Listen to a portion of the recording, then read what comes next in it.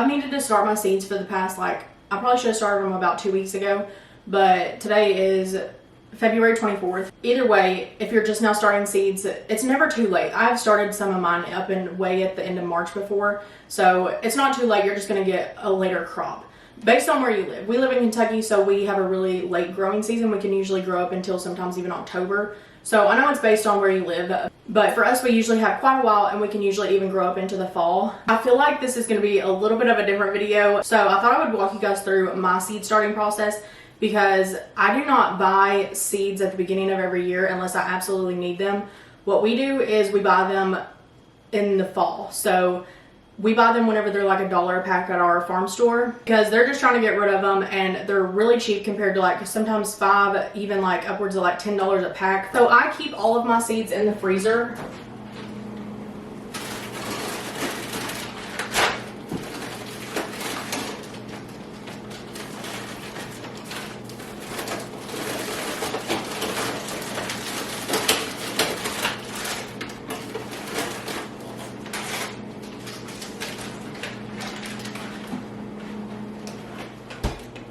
I just keep them all shoved in the very far back of our freezer.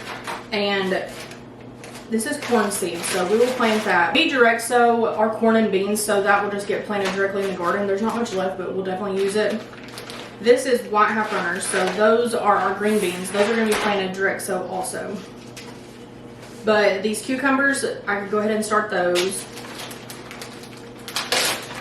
My carrots, I want to make a, I don't know if it's going to happen just because we have so much going on. We need to build a chicken coop because our chickens are destroying our barn, and they fall down in our hay, and we have to spend so long digging them out. It's just been an ordeal, and we finally just come to the conclusion, like, we're tired of dealing with it. We're just going to have to build a run. And my goal was to always have free range chickens, but they get into everything. So Ben has like bolt bins and stuff out there, and they get on top of them and poop in them, and then they sling the dirt around over there digging. And it's just gotten to be a mess. So we do have to build a chicken run this spring. So we need to do that. And then we are also, we never finished our garden gates, so we are finishing that. Ben actually built 2 of them this Saturday, so 2 days ago he built those. But I would really like to get some raised beds. I don't know if we'll build them or buy them, or just if we'll use like mineral tub totes. Whenever the cows are done, we save the totes, so I may just grow in that. I'm not really sure yet. It just kind of depends on what we have going on. But carrots, I'm going to direct sow those. And then all of my herbs, I direct sow every bit of that.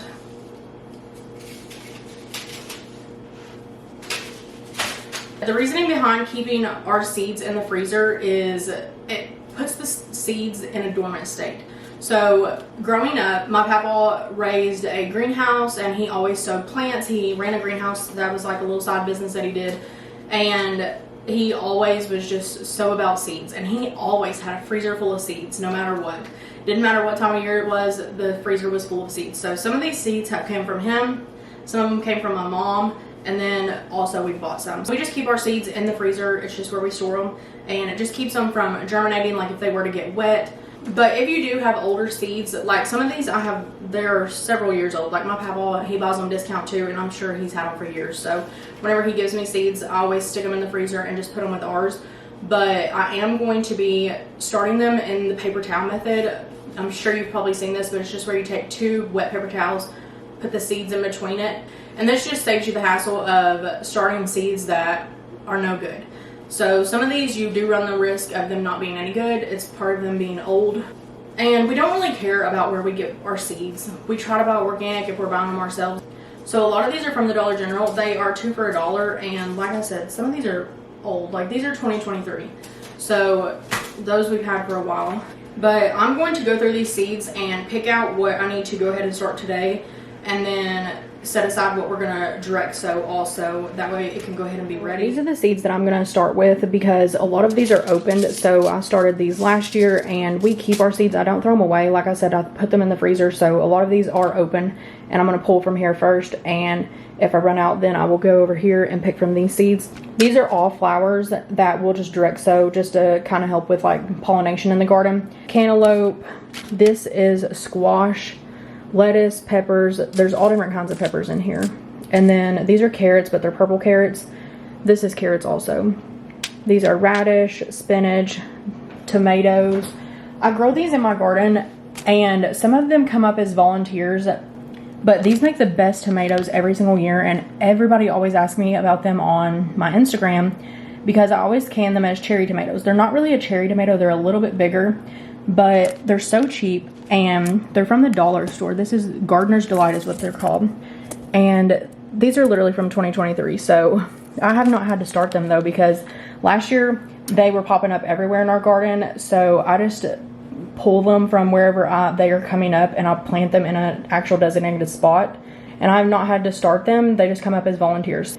So I'm probably not going to start those again this year, because last year I had several plants, and one plant produces plenty. Carrots, zucchini, tomatoes, beefsteaks, tomatoes, and then more onions, and then snap peas. This is beans, corn, watermelon, cilantro, some herbs over here, and then cabbage. This bag I'm not going to get into right now because that's the last year's seeds. So the rest of these are older. They're like 2023 seeds. So they need to be used up before I get to these. All the ones I'm not going to use, I'm going to put those back in the bag and get them out of the way, but try to keep them in their category. But gardening for everybody is so different. Some people, I feel like it's becoming more and more of a thing lately. I see it all over Instagram. It's almost like a competition of who can be the most organic, and that is not my gardening style at all. Somebody messaged me and asked what kind of dirt we use, like where we got it from, and we use the dirt that is already in our garden. We put cow manure on it. I know some people don't like that. We use cow manure. We always have. Like, that's what I used growing up. Well, not me, but my parents. Every generation that I know of has used cow manure as their source of manure. Sometimes horse manure, just depending on what animals you have. But we use cow manure, and we put it in the compost pile in the garden, and then it'll get spread. And living on a farm, homestead, whatever you want to call this, that is why we put our cows in the barn in the winter. They have access to the outside, so they can go wherever they want to go. But we do it for shelter for them against like the cold and the rain, the snow, stuff like that. But while they're in there, we clean out the barn a couple times because it gets so deep that we'll put it in a compost pile, and then it is fertilized for our garden. So it works hand in hand, and we never have to spend money on it. So the cows are our fertilized. I know some of you don't like that, but I'd rather use that than Miracle Grow any day. Pretty much all of my ways of gardening have been taught to me from my papa. Like I said, he always raised a garden growing up. Usually he would grow one way bigger than he ever needed, and my parents would raise a garden too. I had no desire to do it whenever I was a kid. I know a lot of you guys have kids that are my age, and you hope that they will get into canning, and I know we've talked about it before in my comments and in email that you want to know like how you can talk them into like starting to can, or you wish that they would become interested in gardening. And it truly is just the person. Like, I had no desire to learn how to can or garden whenever I was younger. My mom would try, and I was the typical teenager. I wanted no part of it, and I would like roll my eyes and be like, whatever. And going to the garden was a form of punishment. Like, I hated going to the garden.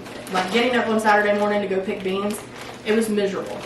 But I got married at 18, and that very first year that I was on my own, me and Ben raised a garden, and I had no idea how to can, and we had all this food that needed to be put up. So I ended up calling my mom, and I happened to have her help me. So she actually canned with me a couple times so that I could get the hang of it and learn how to do it. But it took me wanting to do it on my own before I would ever even listen to somebody try and tell me how to do it. But this is so simple. All you need is a roll of paper towels, and I'm probably going to need a little bit more than that, but I'm just going to start with this, and you just wet them. Like, get them pretty wet.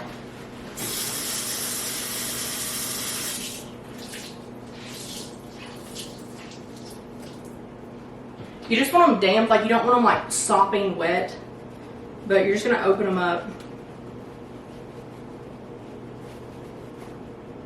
trying not to rip them.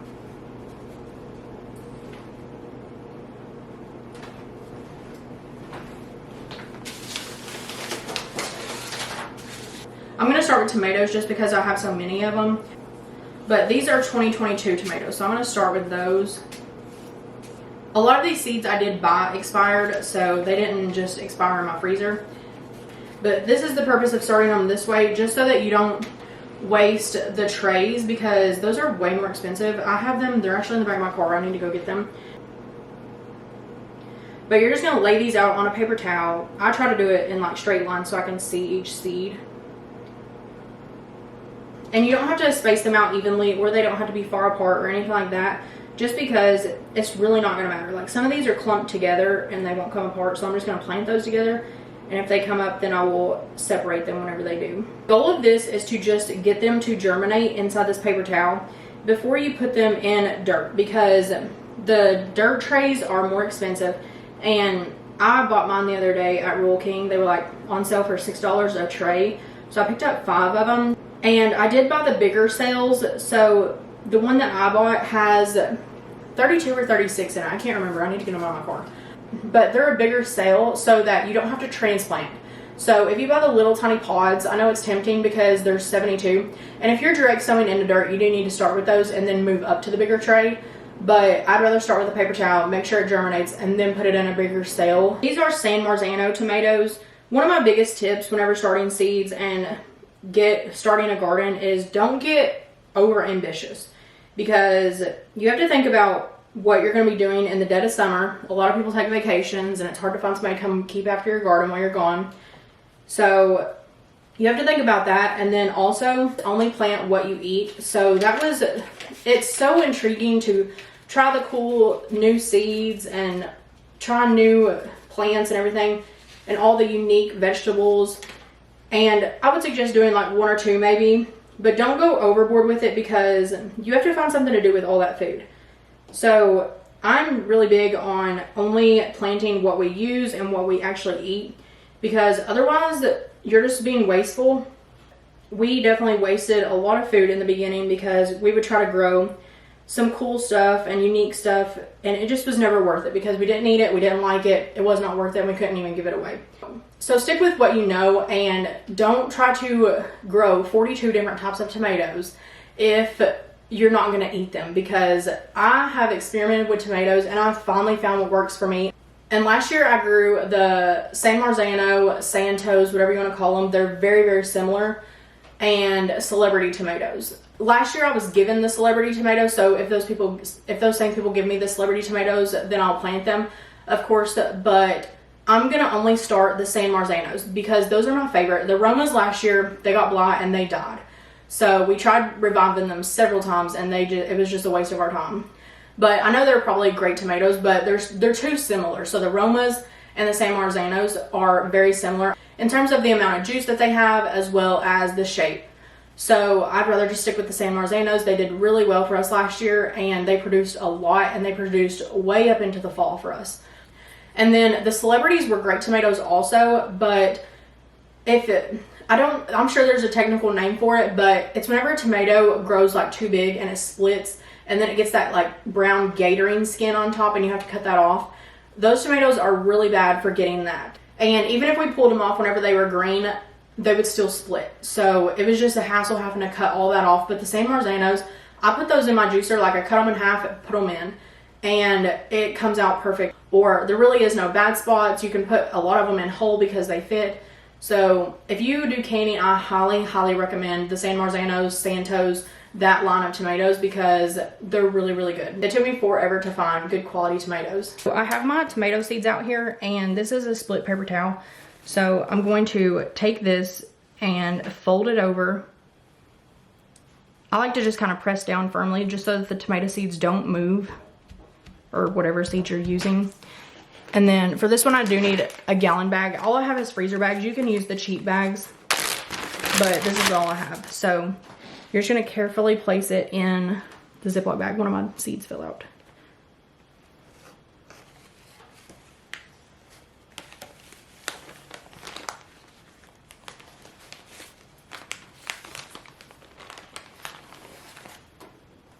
Any of them that fall out, just pop them back in. It's completely fine. They're not gonna grow big. Like you're literally gonna take these out as soon as you start to see the green.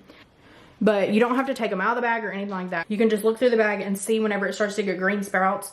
And whenever the majority of them have a green sprout, then you can go ahead and plant them into the dirt trays.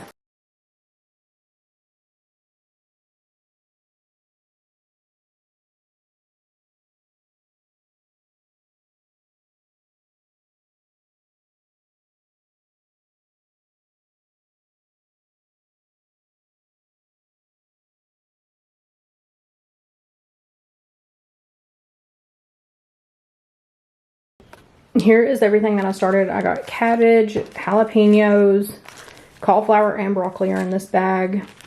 2 different types of watermelon.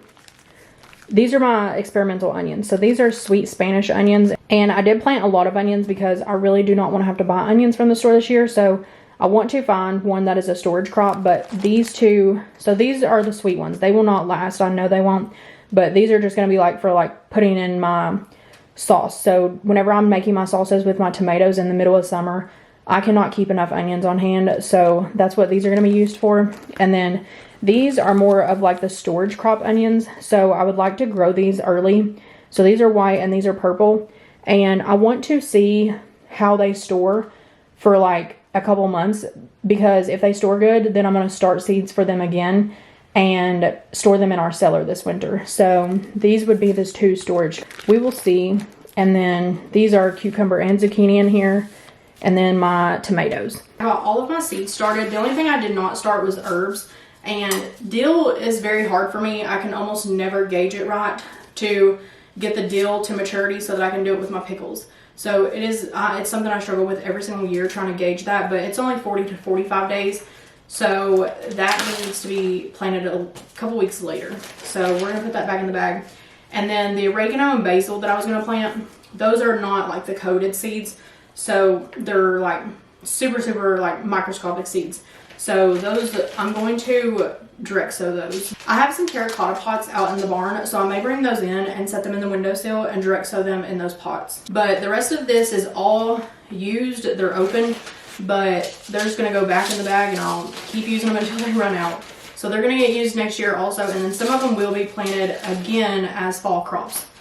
But that is going to be it for this video, so go start your seeds if you need to so we can get ready for garden season. But thank you guys for watching, and I hope you guys will like and subscribe.